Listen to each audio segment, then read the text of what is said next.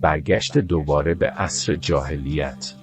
پیامبر علیه السلام فرمودند تا زمانی که امت من وجب به وجب و گام به گام از امتهای گذشته تقلید نکنند، قیامت برپا نخواهد شد.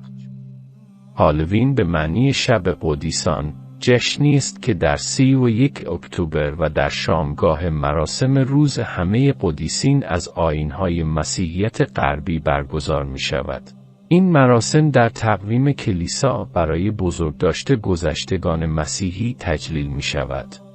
اکنون در مقدس‌ترین مکانی روی زمین به جای الله، عبادت شیطان می‌شود.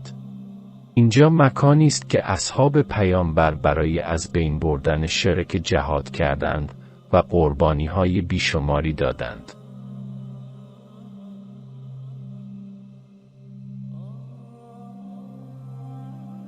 اگر در مقابل این خبایث آواز بلند کنیم، خوارج نامیده می‌شویم.